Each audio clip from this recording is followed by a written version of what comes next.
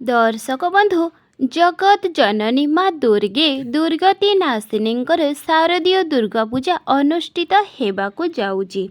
ଆପଣଙ୍କ ଘର ଉପରେ ମାତା ଦୁର୍ଗାଙ୍କର ଆଶୀର୍ବାଦ ହୋଇଥାଏ ଏହି ଦଶହରାରେ।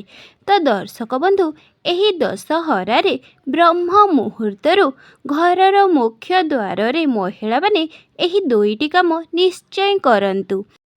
ଦର୍ଶକ ବନ୍ଧୁ, ଆପଣମାନେ ବ୍ରହ୍ମ ମୁହୂର୍ତ୍ତରୁ ଉଠି କିଛି କରନ୍ତୁ ବା ନ କରନ୍ତୁ, ଯଦି ଏହି ଦୁଇଟି କାମ ଆପଣମାନେ କରନ୍ତି, ଆପଣମାନେ ବିନା ପୂଜା କରିକି ବି ମା ଲକ୍ଷ୍ମୀ ଆପଣଙ୍କ ଘରକୁ ଆପେ ଚାଲି ଆସିବେ। ଆପଣ ନ ଡାକିଲେ ବି ମା ଲକ୍ଷ୍ମୀ ଆପେ ଆସିବେ। କାରଣ ଯାହା ଘରେ ସୁଖ ସମୃଦ୍ଧି ରହିଯିବ, ଯାହା ଘରେ ମା'ର ଆଶୀର୍ବାଦ ରହିଯିବ, ତାକୁ ଆଉ କ'ଣ ଦରକାର? ଏହି ଦୁନିଆରେ ଯେତେ ବି ଗରିବ ଅସହାୟ ବ୍ୟକ୍ତି ଅଛନ୍ତି, ଯଦି ଥରଟିଏ ଏହି ଉପାୟ କରିଦିଅନ୍ତି, ତାଙ୍କ ଜୀବନ ସୁଖମୟ ହୋଇଯିବ। ମା ଲକ୍ଷ୍ମୀ କୁବେର ଭଣ୍ଡାର ସମାନ। ତାଙ୍କୁ ଧନ ନିଶ୍ଚୟ ଦେବେ। ପ୍ରତ୍ୟେକ ବିବାହିତା ମହିଳା ନିହାତି କରିବା ଦରକାର। ଘରେ ଘରେ ଅଭାବ ଲାଗି ରହିଛି, ଉନ୍ନତି ହେଉନାହିଁ, ଛୁଆମାନେ ଭଲ ପାଠ ପଢ଼ୁନାହାନ୍ତି, କମ୍ ବୟସରେ ଦେହ ଖରାପ, କୌଣସି ନା କୌଣସି ରୋଗ ତାଙ୍କ ଜୀବନକୁ ଚାଲି ଆସୁଛି। ଯଦି ପ୍ରତ୍ୟେକ ବିବାହିତ ମହିଳା ବ୍ରହ୍ମ ମୁହୂର୍ତ୍ତରୁ ଉଠି ଯଦି ଏହି ଦୁଇଟି କାମ କରିଦିଅନ୍ତି, ତାଙ୍କ ଘରେ ମା ଲକ୍ଷ୍ମୀଙ୍କ କୃପା ନିହାତି ବର୍ଷିବ ଏବଂ ଯେଉଁଠି ମା ଲକ୍ଷ୍ମୀ ରୁହନ୍ତି, ସେଠି ନାରାୟଣଙ୍କର ବି ବାସ ହେବ। ଲକ୍ଷ୍ମୀ ନାରାୟଣଙ୍କର ଆଶୀର୍ବାଦ ଯାହା ଘରେ ରହିଯିବ, ତାକୁ ଆଉ କ'ଣ ଦରକାର? ତେଣୁ ଦର୍ଶକ ବନ୍ଧୁ, ମୁଁ ଆପଣଙ୍କୁ ଅନୁରୋଧ କରୁଛି ଯେ ଭିଡ଼ିଓଟିକୁ ଶେଷ ପର୍ଯ୍ୟନ୍ତ ଦେଖନ୍ତୁ। ଦର୍ଶକ ବନ୍ଧୁ, ଯେଉଁ ଉପାୟଟି ଆଜି ଆପଣଙ୍କୁ କହିବି, ଏହାକୁ ଆପଣମାନେ ସବୁଦିନ ଯଦି କରିବେ, ତେବେ ଆପଣଙ୍କର ଭାଗ୍ୟ ଉଦୟ ନିଶ୍ଚୟ ହେବ। ଗୋଟିଏ ଦିନ କରିବାରେ କେହି ସଫଳତା ପାଏ ନାହିଁ। ଆପଣ ଯଦି ସବୁଦିନ କରିବେ ଏହି ଉପାୟଟିକୁ, ତେବେ ଆପଣ ସଫଳତାର ଶୀର୍ଷରେ ନିଶ୍ଚୟ ପହଞ୍ଚିବେ। ତେଣୁ ଥରୁଟିଏ ଏହି ଉପାୟକୁ କରିକି ଦେଖନ୍ତୁ। ପ୍ରଥମ କଥା ଏହା ଯେ ଆପଣମାନଙ୍କୁ ପ୍ରତ୍ୟେକ ଗୃହିଣୀମାନଙ୍କୁ ବ୍ରହ୍ମ ମୁହୂର୍ତ୍ତରେ ସୂର୍ଯ୍ୟ ଉଦୟ ପୂର୍ବରୁ ବିଛଣା ଛାଡ଼ିବା ପାଇଁ ପଡ଼ିବ। ନିଜର ଅଳସୁଆମୀ ଗୁଣକୁ ତ୍ୟାଗ କରିବା ପାଇଁ ପଡ଼ିବ। ତାହେଲେ ଯାଇ ଆପଣମାନେ ମା ଲକ୍ଷ୍ମୀଙ୍କର କୃପା ପାଇପାରିବେ।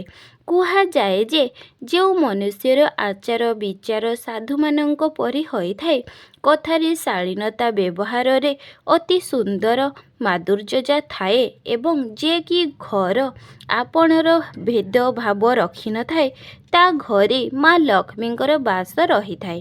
ଦର୍ଶକ ବନ୍ଧୁ, ଘର ସଫା ସୁତୁରା, ପୂଜା ପାଠରେ ମା ଲକ୍ଷ୍ମୀଙ୍କର ଯେତିକି କୃପା ମିଳିବ, ଆପଣ ଥରୁଟିଏ ନିଜ ବ୍ୟବହାରକୁ, ନିଜ ଦୈନନ୍ଦିନ କାର୍ଯ୍ୟକଳାପକୁ, ଆଚାର ବିଚାରକୁ ଥରୁଟିଏ ବଦଳାଇକି ଦେଖନ୍ତୁ।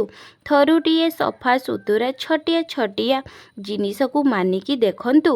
ଦେଖିବେ ଆପଣଙ୍କର କିପରି ଜୀବନରେ ଉନ୍ନତି ଆସୁଛି।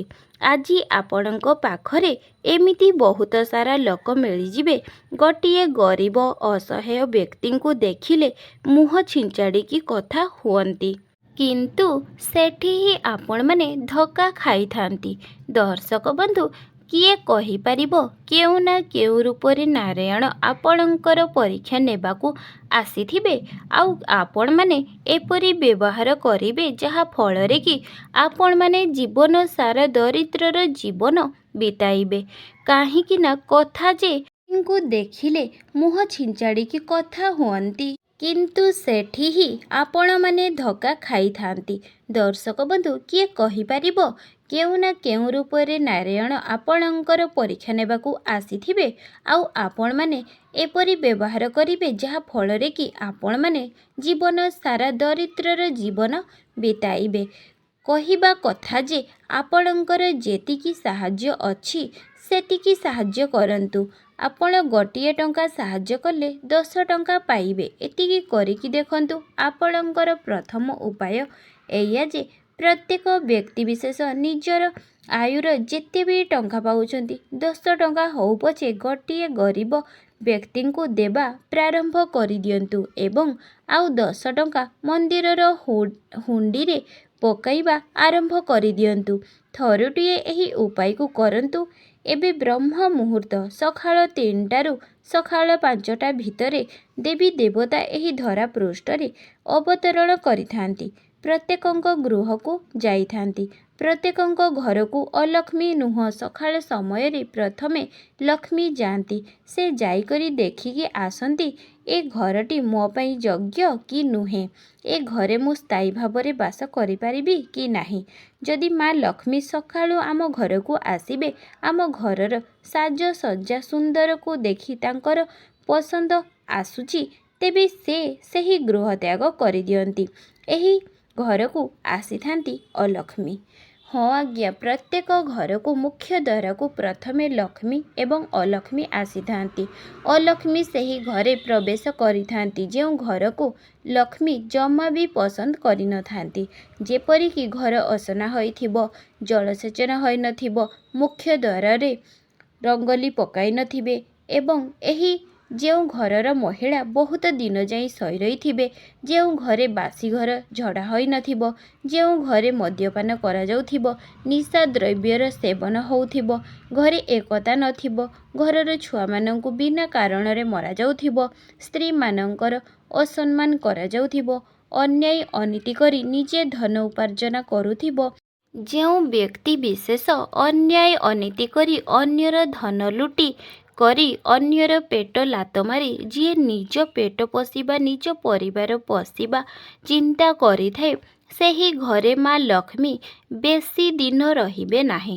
କିଛି ସମୟ ପର୍ଯ୍ୟନ୍ତ ଆମେ ଅର୍ଥ ଉପାର୍ଜନ କରିପାରିବା, କିନ୍ତୁ ପୁରା ଦୀର୍ଘ ସମୟ ପର୍ଯ୍ୟନ୍ତ ନୁହେଁ। ବିଶ୍ୱାସ ହେଉନି ନା? ନିଶ୍ଚୟ ଏ କଥା ସତ। ମା ଲକ୍ଷ୍ମୀଙ୍କର କୃପା ପାଇବା ପାଇଁ ହେଲେ ନିଜେ ସଚ୍ଚୋଟ ହୁଅନ୍ତୁ, ନିଜେ ପରିଶ୍ରମ କରନ୍ତୁ। ଦ୍ୱିତୀୟଟି, ଘରର ମୁଖ୍ୟ ଦ୍ୱାରରେ ପ୍ରଥମେ ପାଣି ସେଚନ କରନ୍ତୁ ଏବଂ ଘରର ଦୁଆରକୁ ସଫା ସୁତୁରା ରଖନ୍ତୁ। ଘରର ମୁଖ୍ୟ ଦ୍ୱାର ସାମ୍ନାରେ କେବେ ବି ଜୋତା ଚପଲ ରଖନ୍ତୁ ନାହିଁ। ଜୋତା ଚପଲ ଆପଣମାନେ ରଖିବେ, ସକାଳୁ ଉଠୁ ଉଠୁ ଯେଉଁ ବ୍ୟକ୍ତି ଜୋତା ଚପଲକୁ ଦେଖିଥାଏ, ସେହି ବ୍ୟକ୍ତିର ଗରିବୀ କେବେ ବି ଘରୁ ଦୂର ହୋଇନଥାଏ।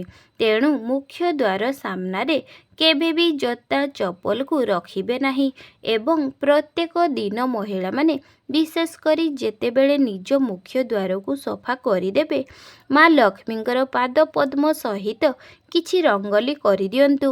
ଛୋଟିଆ ରଙ୍ଗୋଲି ହଉ ପଛେ ନିଶ୍ଚୟ କରନ୍ତୁ। ଏହି ଉପାୟଟି ଆପଣଙ୍କର ଜୀବନ ବଦଳାଇ ଦେବ। ରେଗୁଲାର କରନ୍ତୁ। ଧନ ଜନିତ ସମସ୍ୟାରେ ଯଦି ଆପଣମାନେ କଷ୍ଟ ପାଉଛନ୍ତି, ଏହି ଉପାୟକୁ ଥରୁଟିଏ କରିକି ଦେଖନ୍ତୁ। ତା ସହିତ ମା ବୃନ୍ଦାବତୀଙ୍କର ପୂଜା ଏବଂ ଘରର ସଫାସୁତୁରା ସହିତ ଘରର ଦେବୀ ଦେବତାଙ୍କ ପୂଜା ନିୟମର ସହିତ କରନ୍ତୁ। ଘରର ପ୍ରତ୍ୟେକ ସଦସ୍ୟଙ୍କର ମନ ଚିହ୍ନି ଖାଦ୍ୟ ଦିଅନ୍ତୁ। ଆଜି ଆଉ ଗୋଟିଏ କଥା, ଆପଣଙ୍କର ପୂଜାର ସମୟ ଅଛି, କିନ୍ତୁ ଘରେ ବହୁତ ଲୋକ ଭୋକିଲା ଅଛନ୍ତି। ଘରର ଲୋକମାନଙ୍କୁ ଭୋକିଲା ରଖି ଯଦି ଆପଣ ପୂଜା ପାଠରେ ଲାଗିବେ, ତେବେ ସେହି ପୂଜାକୁ ଈଶ୍ୱର ସ୍ୱୀକାର କରନ୍ତିନି।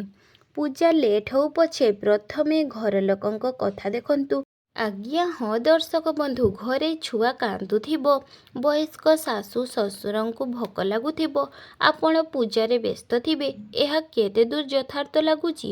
ପ୍ରଥମେ ନିଜର ବାପା ମା, ନିଜ ଛୁଆମାନଙ୍କୁ, ନିଜ ସ୍ୱାମୀଙ୍କର ଉତ୍ତମ ଯତ୍ନ ନିଅନ୍ତୁ, ତାପରେ ପୂଜାରେ ଲାଗିବେ।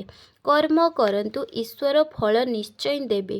ଆଜି ହୁଏତ ଦୁଃଖର ଦିନ ଆସିପାରେ, କାଲି ସୁଖ ନିଶ୍ଚୟ ଭାଗ୍ୟରେ ଆସିବ। କିନ୍ତୁ କର୍ମ କରନ୍ତୁ। ଚାକିରି ବାକିରି ସହିତ ଆପଣମାନେ ଯେଉଁ ଲକ୍ଷ୍ମୀ ପ୍ରତି ଭିଡ଼ିଓରେ ଆପଣମାନେ ଦେଖିଛନ୍ତି, ଥରୁଟିଏ କରିଦେବେ, ନିଶ୍ଚୟ ଆପଣଙ୍କର ଉଦୟ ହେବ।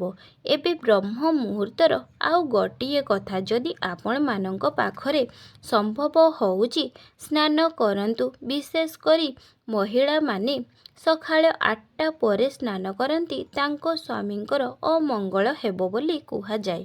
6ଟା ପରେ ଶୋଇକରି ରୁହନ୍ତୁ ନାହିଁ ଏବଂ ମାସିକ ଧର୍ମ ସମୟରେ ସଫା ସୁତୁରା ରୁହନ୍ତୁ।